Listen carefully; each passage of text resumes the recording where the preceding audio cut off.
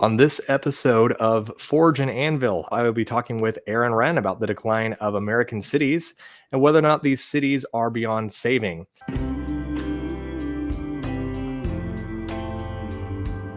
So Aaron, please tell the audience who you are and what you do. Thanks for having me on. I have done three things over the course of my life professionally. I started off in the first career as a management consultant and spent 15 years or so working for a firm now known as Accenture. And then I transitioned to become a policy analyst looking at cities and urban policy. And I spent several years as a senior fellow at the Manhattan Institute in New York. I still do some of that, but then I transitioned again, really focusing more on men's issues in the future of the evangelical church, because I saw that so many men were turning to, again, the Jordan Petersons. You mentioned the manosphere. I've been following the manosphere a decade or more. And, I got, that's what really I saw initially, all the young men turning to that. And it was kind of hard to articulate to people the rise of the men's gurus. But then as people like Jordan Peterson, Joe Rogan, Andrew Tate came along, much easier now. Why aren't they turning to the church or to traditional authority figures, institutions? So really engaging on that question and sort of the general future of the evangelical church. But I'm still very much do engage on urban policy, state and local policy as well. I should Awesome. mention you should subscribe to my newsletter at aaronrenn.com, aaronrenn.com, and that lets you keep up with all my work. Excellent. Well, glad to have you. We'll go ahead and start with your work regarding cities and urban development and specifically the health of cities. So, first of all, can you tell us a little bit more about the work that you've done in this area and how this became your passion? Sure. I grew up in rural Southern Indiana, and so had a deep Indiana connection, and then started my career in consulting in Chicago. What I really saw was sort of the Midwestern cities, the Rust Belt cities, if you will, got no love. Nobody paid any attention to this area of the country. And to the extent that there was discussion about cities in America and what they should be, everything was relative to a coastal benchmark. And especially back in the day, Portland was the city everyone wanted to be like. Every city in the Midwest, except maybe Chicago, their leaders were afraid that their young people all wanted to move to Portland and sip lattes by the light rail. Now, of course, the bloom is off the rose in the city of roses, as it were. But the point was that like nobody was really thinking about the Midwest on its own terms, and so I just took the same tools, techniques, and disciplines that I used to help advise major corporations on navigating business and technology change to helping Midwestern cities, adapt and try to recover from sort of the malaise in which they found themselves. And so that was really my entree into cities. I really didn't think the Midwest got any love. I was a Midwest guy, so I wanted to do that. And then from there, I really got into it. And then the other thing that really, kind of before the writing aspect of it, that got me interested in cities is that I grew up in a town of about 50 people in rural Southern Indiana. I grew up 4 miles away from a town that was a 4-way stop. For a while, I lived in a trailer on a gravel road. And then after college, I moved to Chicago, one of the biggest cities in the country. And I fell in love. And as someone once said, Aaron, you love cities like only somebody from a town of 50 people can. And so coming from the country, I discovered I was a city guy. Although I still love the country and I love the rural areas, I love living in the city. Yeah, I love the city as well, and it makes me sad to see so many of the things that keep popping up on Twitter and just the news cycle all about the health of those cities. So one of those big stories of this last week or so was a man by the name of Jordan Neely was in the news after a video emerged of him being held in a chokehold by bystanders who had restrained Neely after he was described as making threats. So there's been a whole lot of reactions to that whole story as a whole, but what was your initial reaction to that? I didn't pay like a huge amount of attention to it. Undoubtedly, we have seen in recent years a dramatic increase in the number of sort of homeless people, mentally ill in the cities. And, essentially sort of an ideology that says, that they can do whatever they want, whenever they want, wherever they want, to whomever they want. And these are disturbed people that need help, and they should have our sympathies, but they're not getting any help.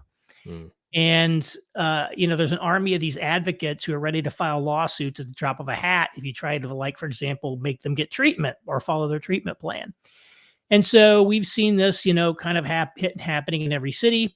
And you've in the kind of the kind of post-pandemic world, we've also seen that this is intersected with increases in crime in these cities. Now, everyone will be quick to say crime in places like New York are far below the early 90s peak, which is true. It's really important to keep in mind that crime declined a lot from, say, the crack wars era of the early 90s.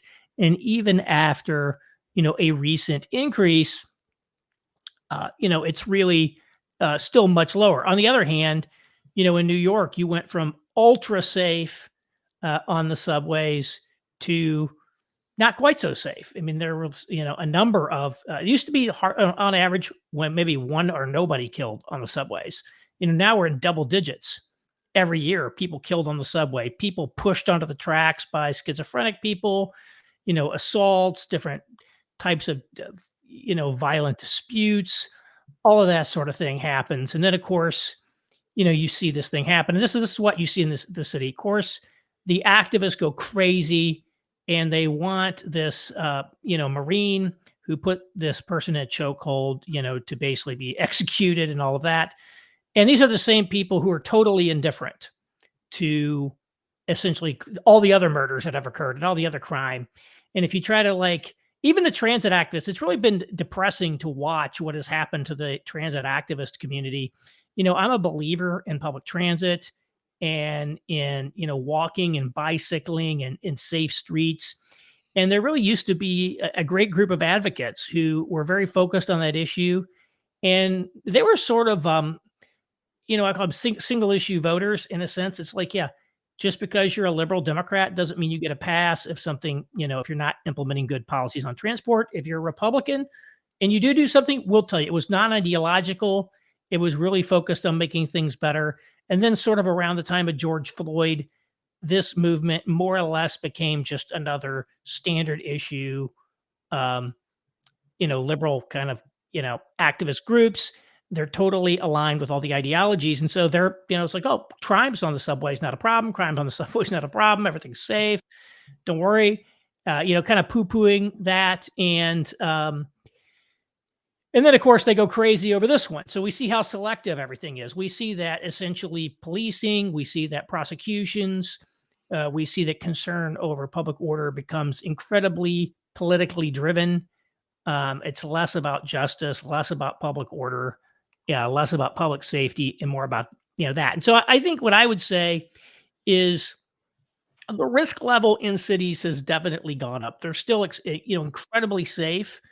I think in a lot of ways, the uh, the stereotypes of you're going to get killed if you go to Chicago, it's just not true. So mm, within the last couple of months, I've been in New York a couple times. I was in Chicago over Easter. I've been to Washington D.C. These cities are, they got challenges, and we could talk more about them. But in fact, they're not hellholes. mm, And in Chicago was looking fantastic when I was up there. Not to take away from its problems, but the average person is not necessarily feeling terrorized when they walk out of their house.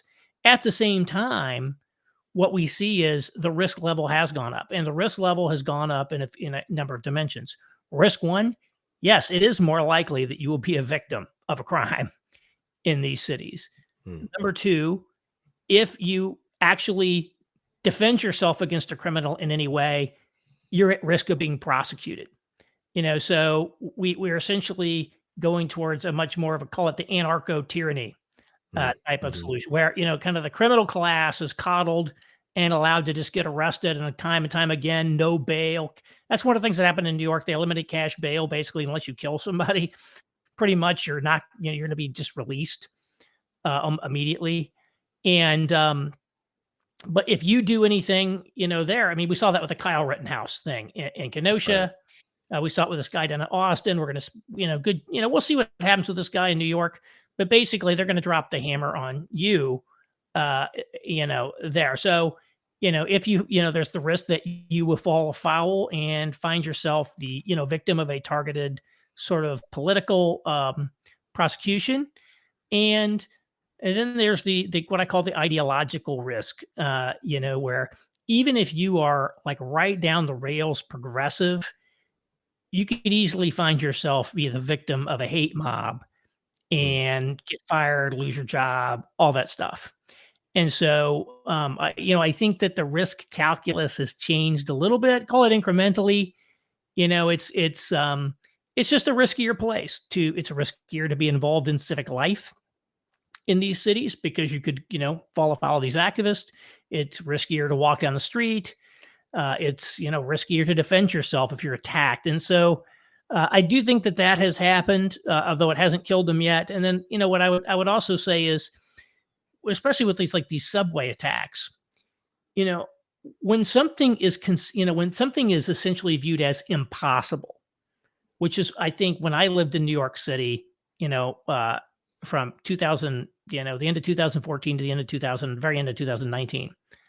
The idea that you would get attacked on the subway was essentially, mentally speaking, it was impossible. It was impossible. Hmm. I'll kill the subway. Interesting. I rode the subway I come home from Washington on the late train, gets in like 2:30 in the morning, Penn Station, take the subway home. It's full of people. There might be some homeless people in there sleeping, but you never felt like, oh, I'm going to get killed. I never felt any sense of danger. But then you see that this guy from Goldman Sachs gets killed. You see this person shoved on the tracks and killed. You see these things happen. And all of a sudden in people's mind, it's gone from impossible to possible.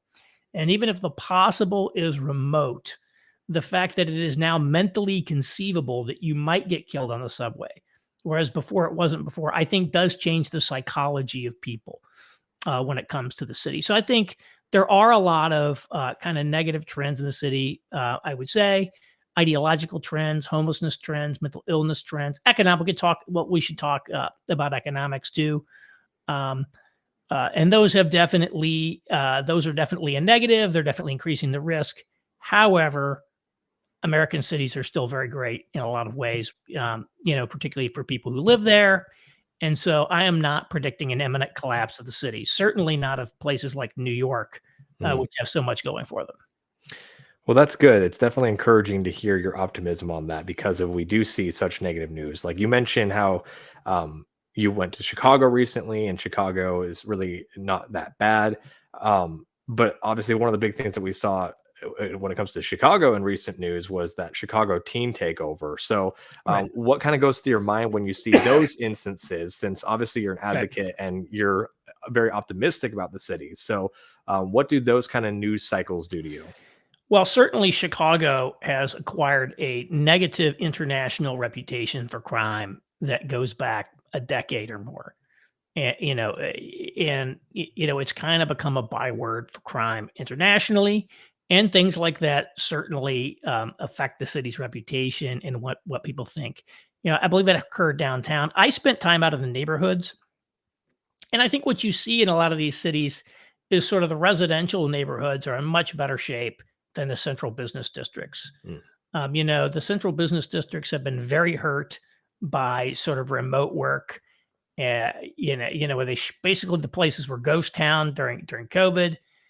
Then the retail environment has been hit both because there's been a lot of transitions in the real estate, in the retail business, and then again also because of this hands-off approach to crime, where essentially professional organized gangs of people who commit shoplifting are just allowed to go wild. I mean, I'm sure you've seen the videos of people, walking into Walgreens in San Francisco and just casually stuffing a black garbage bag full of merchandise and walking Right. out, and nobody stops them. So now you got the retail things, and so I do think that the perceptions around downtown are definitely worse in a lot of places. And the downtown is very critical to these cities in terms of their tax base, because so much of the tax base of some of these cities is based on essentially taxing workers. the property taxes on skyscrapers in Midtown Manhattan, Chicago Loop is based on, their ability to lease them for a very high rate and thus have very high property values and which are I say collapsing, but they're going down. And so we see that. And so, yeah, the things like this, these teen takeovers, they happen. And, I would distinguish between different of these events. Some of these, I think they call them sideshows, Mm. where you'll see people, go on Lower Wacker or somewhere and they'll steal their cars. Well, they'll start doing donuts on the car and like doing all stuff like that. And I look at something like that and I say, that's not totally dissimilar to what I remember growing up in rural Indiana, where people would do, burn tires in the four-way stop and they'd, maybe do a little, drag racing or do some donuts. That's kind of, it's a little bit of a boys will be boys thing. Mhm.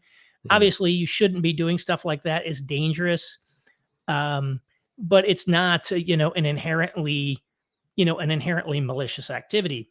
Whereas, in this little teen takeover, um, there's sort of a mix of some of that, what I would call, basic juvenile behavior, but also, some assaults of people. So there's an article about some, people from, I live in Indianapolis now. So people from Indianapolis were up in Chicago visiting. Their car got smashed up. Obviously, they're very traumatized by it. And yeah, people see that stuff and they say, do I really want to go there? And it does affect the psychology. Yeah. Here in Indianapolis, the local business paper did a reader survey.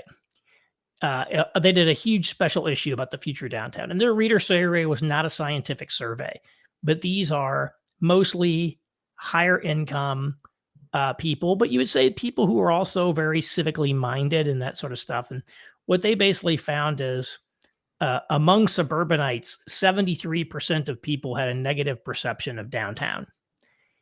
Of people who lived in the city, in and around downtown, it was much, much lower. They had a very positive view of downtown. And so I do think we've, a lot of people like to talk about regionalism as being very important, and that, cities and suburbs and entire regions really need to work collaboratively in order to compete with other regions. And there's a lot to that. But in some extent, I think we've a little bit reached peak regionalism. As I think there's kind of a growing kind of disconnect between the suburbs and the city. I think people in the suburbs who put a very high premium on safety and low crime and things like that, they see this stuff and they're like, I don't want to really go down to my office. I don't want to pay to park. And so, they're disengaging. And even here in Indianapolis, where I would say, the suburban people have been extraordinarily supportive and proud of our downtown and how we've Mhm. transformed it. Now there are people who just basically like, yeah, I don't really go down there anymore. And that's not healthy. And so I do think that these sorts of things, they certainly have an effect. They certainly have an effect. And again, I think one of the things that has an effect on people is when the actual leaders in these communities don't seem to care. Right. Right? And you'll have somebody make a tweet like, "Hey, I just saw this thing on Megan." I can't remember the exact city it was. It's somebody who is taking the train. This mother, she's like, "Wouldn't it be nice if I could take my 4-month-old on the train and not have to have people smoking there? Why don't they do more enforcement to keep people from smoking on the train?" Right before I left New York, I started seeing people just openly smoking pot in subway cars. It's kind of crazy. It's like you go to the cities, and that's another one. It's like pot smoke everywhere. You can't escape it. And she gets attacked. It's like, how dare you want all this, police state stuff. It's like, anybody who wants a little law and order is basically treated as a neo-Nazi. And, so you see the mayors of these places acting like this is no big deal or just making excuses. And you say, wait a minute, it's not just that there's problems. It's that the people who run these places don't want to do anything about the problems. They're sort of Right. ideologically invested in not doing anything about the problem. And then sort of call it the mainstream sort of civic constituencies, the business community and people like that. They're just silent, because I think one of the characteristics of sort of American leadership today is everybody's sort of terrified of the mob. It's very kind of candidly cowardly People don't like to speak up. If you speak up, you're going to get attacked. Most people don't want to be attacked. And so, I think that this idea, this is one thing I just say, you know, is there a constituency in the cities who really wants to seriously address these problems? In some places there are, it's more livelier debate than others, but I think you look at it, there's a very large constituency of people in the cities who don't want to do anything. I was just reading the Daily Mail today, and it was about how homeless encampments have taken over Portland. I'm sure they're exaggerating, although there are a ton of homeless encampments in Portland, and you could make very impressive videos. And certainly the West Coast, it's far worse than it is in the Midwest. Right. I was stunned the last time I was in Palo Alto, the Mm. amount of like campers and things. Just like, what the heck? This is supposed to be like a rich suburb, and like there's essentially homeless people in every street. But it's like Portland. There's all these encampments. People in the city, feeling unsafe. And these are all very liberal people for the most part, but they're like, I actually don't feel safe walking out of my house anymore. And now there's like these Democratic lawmakers who want to pass a law that officially gives sanction to all these people camping out, and in fact would have $1,000 fine for anyone harassing them or telling them they need to move on. So this is the whole anarcho tyranny that happens. Like, Right. we're going to punish you if you even so much as tell these people they should stop camping in your front yard. You're going to get the $1,000 fine. They are, and so this sort of complete inversion of sane societal values is what you see. And unsurprising, I think when people see that, I think everybody knows homelessness is a hard problem. Okay, mental illness, these are hard problems. These are not problems that you can flip the switch or maybe just throw a little more money at them and solve them. And I think people are willing to give some grace to folks on hard problems if they're serious. And the people running our cities are basically not serious. Even though a lot of our mayors themselves are not ideologues, they certainly give tremendous deference to the ideologues. And, it's not healthy. And again, I'm not predicting imminent doom for cities. I think people who are counting on Chicago collapsing, all these people collapsing, I would certainly not bet on that. It's interesting. I'm probably one of the more optimistic people these days. I've noticed when it comes to like Chicago. 5 years ago, people would have said, "Aaron, you're one of the most pessimistic people." Now I'm one of the most optimistic people, even though my position actually hasn't changed in 5 years, but the sentiment has shifted. But nevertheless, I think people look at that and like, yeah, we're out. And we have seen, demographic reversals. We've seen, again, a population exodus out of these cities. It's been very well documented. Right. Migration, population loss. Again, I think some of that was in fact pandemic driven. If you're in a New York apartment and the pandemic hits, yeah, you want to go out to your place in Connecticut, nice single family home. You want to go someplace with space. You want to go someplace where you can do whatever. Some of it was that, some of it was pandemic. The cities had the worst shutdowns. People didn't want to live like that, so they got out. I think the George Floyd riots didn't help. And Yeah. so, you see these things. And I do think, that there's a little bit of a bounce back, but it hasn't fully bounced back. I mean, there's definitely been a shift in kind of the balance of power, the center of gravity towards the suburbs. Not a mass abandonment, but, city advocates who want to claim, the sun is always shining should, take some of these things a little more seriously than they do. Yeah. Absolutely. And it does seem to be a lot of the more liberal politicians that are in the leadership positions that tend to have that apathy, or at least are maybe captured by the ideology of their party. Well, there's, I don't want to give the Republicans a pass. I think Oh, the for Republican sure. Party, Absolutely not. I criticize Republicans all day long too. I'm not impressed with the Republican Party. I don't think that they're serious about governing, and they've got a lot of their own ideological issues as well. It just so happens that they don't actually run the cities for the most part, Right. Right. and Exactly. And I wouldn't it, give them a pass either. They're definitely there's a lot of work to be done there. And that's why I try to make the distinction that I'm more conservative in my principles as opposed to identifying as Republican for that very reason. So I was going to ask you though, what kind of inroads do you think that a more conservative, economically, socially type of politician can make in some of these cities, and just leadership in general that are wanting to kind of make some positive inroads in some of these places like Chicago, that, as you said, are maybe not as dramatic as the news makes it out to be, but still have plenty of problems that need to be addressed. Yeah, I'm not seeing like sort of any conservative resurgence, in these places anytime soon. Um, the demographics have shifted in ways that are, super favorable to Democrats. When I lived, Rudy Giuliani, Republican, won a couple terms as mayor in New York. And one time I went to an event and a Republican city councilor was speaking, and he's like, the people who voted for Giuliani are in one of two places. They're either in Florida or they're in the cemetery. Mm, And that's the reality. That old kind of, a lot of that old kind of middle class, constituency is gone. The cities are much, much more heavily minority. Even cities that you think of, lily white, like Indianapolis, actually 47% minority. And, realistically, almost every minority group is presently voting Democrat. mm, Cubans, there's a few here and there that vote Republican. And obviously, of course, we've seen that Hispanics have been shifting towards the Republican direction. So I don't know that it's inevitable that will happen. But right now, it's sort of in a structural environment that's favorable to Democrats. Again, many more kind of young, single, educated people. The heartland of the kind of the Republican vote is sort of married families, right? right. That sort of thing. It was the exact sort of thing.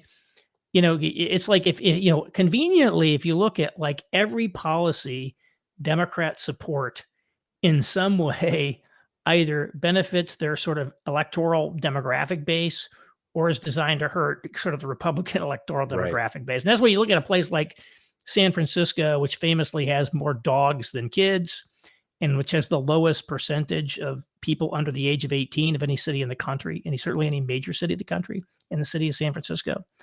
That's not a place that's going to, be, shifting in a more conservative direction, anytime soon. And I just think that, as currently construed sort of conservative politicians and things don't really have a lot to offer. I say this all the time. It's like, Ronald Reagan said the 9 most terrifying words in the English language are, I'm from the government and I'm here to help. Right. Well, people in the city, when the fire department shows up and says, we're here to help, they're actually quite glad to see the fire department. Mm, They're actually yeah. quite glad to see the police department when they call 911. They actually like parks. They actually like taking their kids to the library. They like trash pickup. The local government does things that people want. And the Republicans that had success in the 90s, like Steve Goldsmith in Indianapolis or Giuliani in New York, these are people who had what I call a positive governing agenda. Mm, The Republican Party today in America does not have a positive governing agenda. That's not to say that all Republicans don't. I actually just moved to the suburbs. I never really truly lived in a full-on suburb, mm, before. Like, it's my first experience with it, but it's been run by Republicans basically forever. The Democrats are making inroads and just is sort of more educated suburbs kind of trend blue. But we've had a phenomenal mayor for 28 years. He's not running for reelection, and he took a lot of flack because he borrowed 1.4 billion dollars to like make this place world class, and it is. mm, And people like that. I mean, ultimately, he's been very popular and just kept getting reelected. And even in the most recent election, both the Democrat and the Republican candidate are like, we need to stay the course on this. So we've got here in my town a Republican political class or Republican Party that has said we want to have like very nice streets that are paved and well maintained. We want great parks. We want to have a phenomenal library. We want to have trails, and we want to have walkable districts in our towns and things like that. And if you just go on down, like, oh, our water company, we're the only people in the entire region that if there's sort of a drought, we don't have to put water restrictions because we've actually mm, invested in treatment capacity. And we've spent some money, but we got something. right. And I think that sort of maybe that not that exact agenda would work everywhere, but if you don't have a positive governing agenda, it's going to be harder to get a hearing in the local levels. And so I think certainly suburban Republicans can, and it's also they're going to have to be comfortable, I think, in a more moderate social position. Right. I don't think the suburbs are at all interested in hardcore left ideology either. Quite the opposite. You see in places like Loudoun County, Virginia, solid Biden country. He got over 60% of the vote there in 2020. Parent revolts against a lot of these ideologies in the schools. They're not down with that stuff. Right. And so I don't think that the Democratic ideology sells, which is why the Democrat who's running for mayor of my town is like the international man of mystery. He doesn't want to say, he's very vague about what, Mm, extraordinarily vague. I don't think he has like one policy idea. I just want to move our community forward. Well, what the heck does that mean specifically? He right. doesn't want to talk about that. Anyhow, in the cities, maybe there will be, maybe there will be some, but I think it's more likely that they'll vote in sort of a more moderate to centrist, sort of neoliberal Democrat than a Republican. To be quite Mm, honest, gotcha. I just don't see it right now, and that's not to say that it's going to be true forever, but right now things don't look good. Mm. So one theory that I've seen a lot of is the idea that cities really encourage people to be more liberal in their ideology. A lot of that, one of the theories that I've heard at least, is a lot of that has to do with being renters as opposed to owners. So one of the ideas that I've seen thrown around is putting like height restrictions on buildings to sort of encourage outward expansion as opposed to upward expansion. So what is your thoughts on that? Well, one thing I'd say is, a lot of cities are not exactly full of apartment buildings.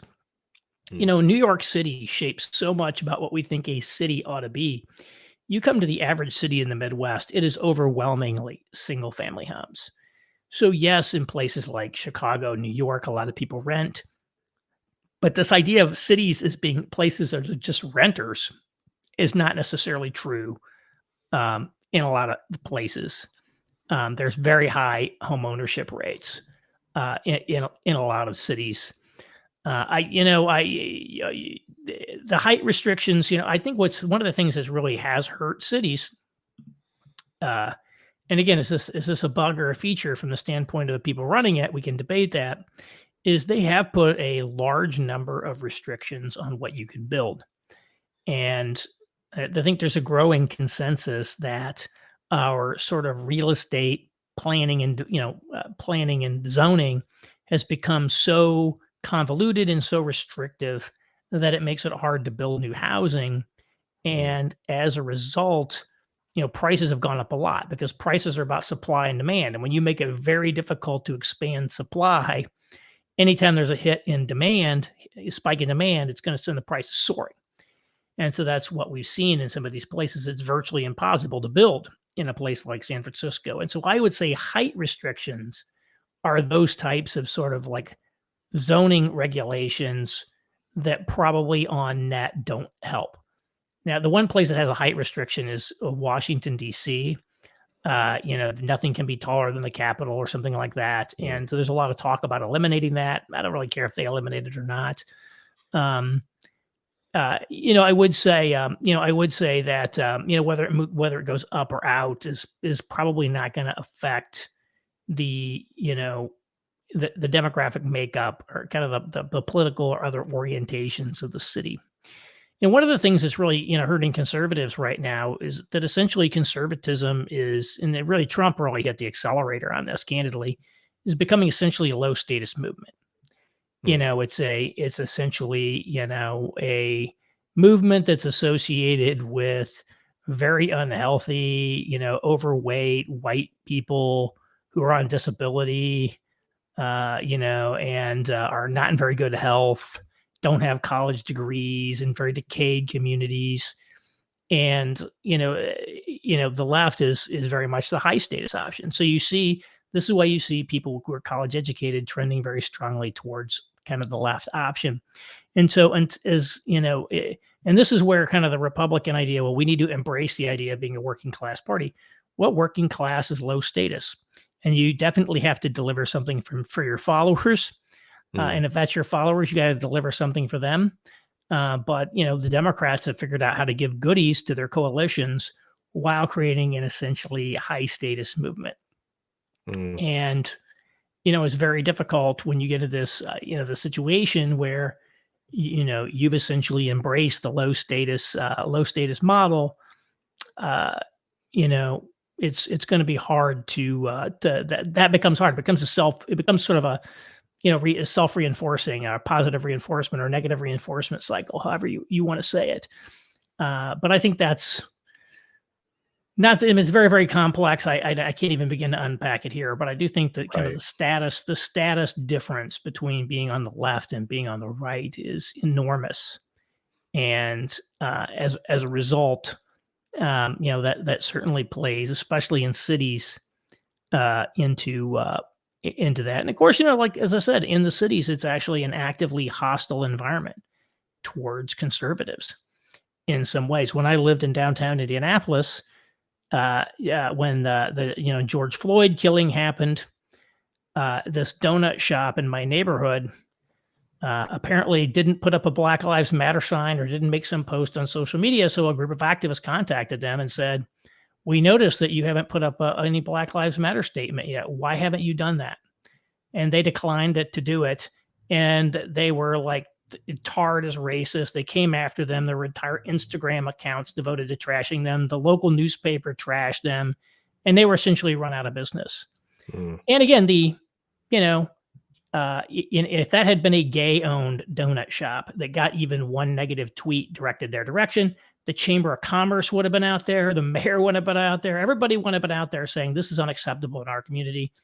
But it's very acceptable to all of those entities to essentially run conservatives out of business, attack them, and I mean, and so this is just the reality. You add to that beyond just the status differentiator that like it's an actively hostile environment to mm, anybody who's not on the left or even the far left, and that's just reality. And again, the institutions, the people who run it, the business community, let's just say it, let's be honest, the Fortune 500 community is fine with that. They haven't done anything. They haven't said anything. And so de facto, they're okay with that. And so that's what ends up happening.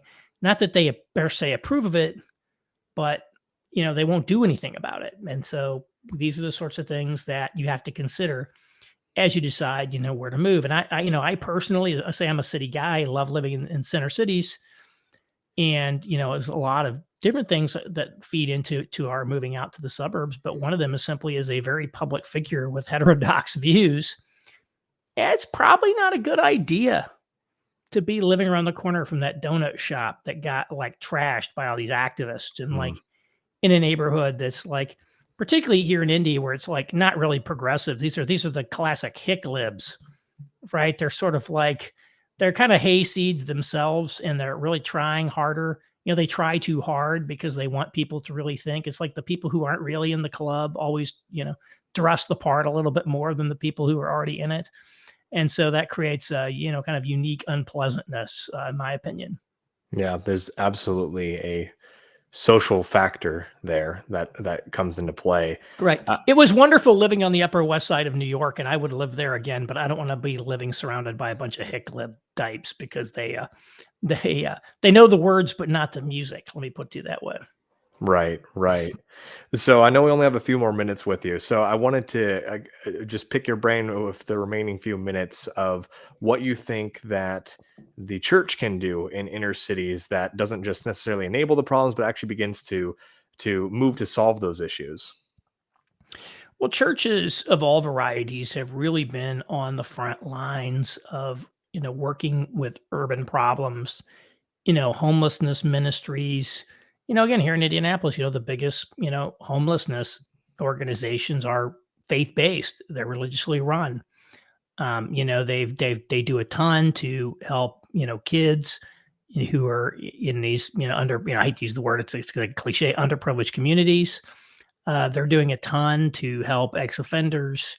And so I think that's all positive. And I don't think it even comes down to, per se, your theology on this, that, or the other thing. I think this is one of the things that, almost all of the Christian traditions are united around, whether it be the extremely conservative, Pentecostal church I was raised in rural Southern Indiana, which is, running halfway houses and doing prison ministries and helping opioids, or the liberal mainline church in town who's doing the exact same thing. And so I do think that, this is one where churches do engage. Now, of course, in the cities, there are, different kind of, call it political kind of positions from the churches.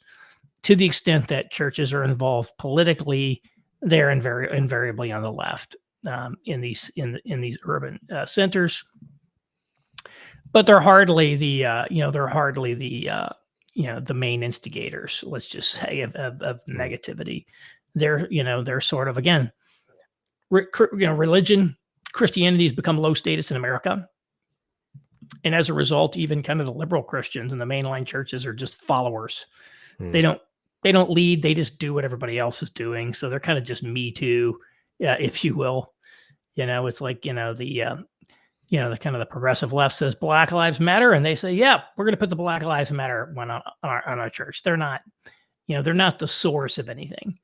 And Right. so I do believe churches do tremendous good works, in the cities, and that's really important, particularly for people who have, when you're dealing with a problem like, substance abuse, or you're homeless, or you're coming out of prison. It's good to get benefits from the government, and that's needed in many cases. But the reality is, you got big personal problems. It's not going to get solved through a bureaucracy. You really need people to come alongside you and work with you sort of as a person every day. It takes, it does in many respects take a work of God and the Holy Spirit to save people from these things. And so the prayers and different things are definitely effective. And so, yeah, I think churches do tremendous good works, in the cities. And yeah, I think they're again, can they solve homelessness on their own? No, but they're certainly part of the solution. And of course, that it does vary, kind of by place. And in a place like New York, my impression is this sort of progressive, non-religious nonprofits kind of, have a lock on most of that stuff. But in a lot of other cities, there's a ton of faith-based stuff. Yeah. Well, that's kind of an encouraging note to end on, is the idea that there's at least some unity when it comes to inner city um, presence from the church on both sides of the Right. I war. mean, I mean, everybody agrees that you have to do things for the poor. For example, Right. that's like basically it's like Christianity 101. No, that's not the gospel per se, but that's like, it's like it just kind of known. It's been in the DNA of the church since the very beginning, and recorded in the New Testament, in fact. And so that continues to today. Excellent. And we will continue to hopefully press on in those good works. But Aaron, I really appreciate all your time tonight. It's been a lot of fun talking all about cities, and you've left me feeling a little more optimistic. Uh, So I appreciate that. Where can people go to continue to follow everything you're doing? Again, sign up for my newsletter at aaronrenn.com, aaronrenn.com. And you can follow me on Twitter. It's at Aaron_Renn. So give me a follow there too. Awesome. Well, thanks so much, Aaron. I look forward to having you on some other time. Thanks for having me.